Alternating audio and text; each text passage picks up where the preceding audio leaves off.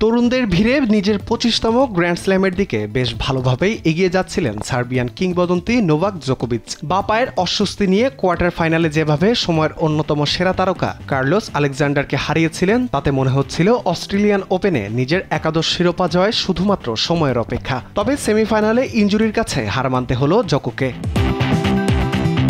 টুর্নামেন্টের প্রথম সেমিফাইনালে রড লেভার্ট অ্যারেনায় জার্মান তারকা আলেকজান্ডার জাভেরেভের মুখোমুখি হয়েছিলেন জোকোভিচ।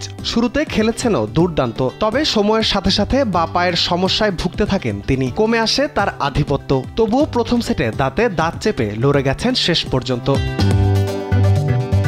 বারবার এগিয়ে গিয়েও 1 ঘন্টা 21 মিনিটের লড়াইয়ে জাভেরেভের সঙ্গে শেষ পর্যন্ত আর পেরে ওঠেননি সাবেক এই নাম্বার 1। ট্রাইবেকারে গড়ানো সেটে 7-6 জিতে নেন জার্মান তারকা। এই সেট শেষেই পায়ের ব্যথায় কোর্টেই বসে পড়েন জোকো। এরপর নেটের কাছে গিয়ে হাত মেলান জাভেরেভের সঙ্গে। তখনই নিশ্চিত হয়ে যায় এই ম্যাচ আর খেলছেন না এই সার্বিয়ান তারকা।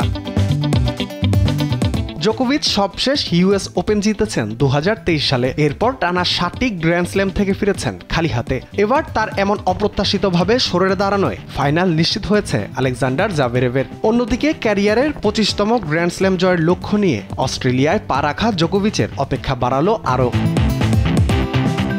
রাফিউল ইসলাম রাতুল, স্পোর্টস ডেস্ক, দেশ টিভি।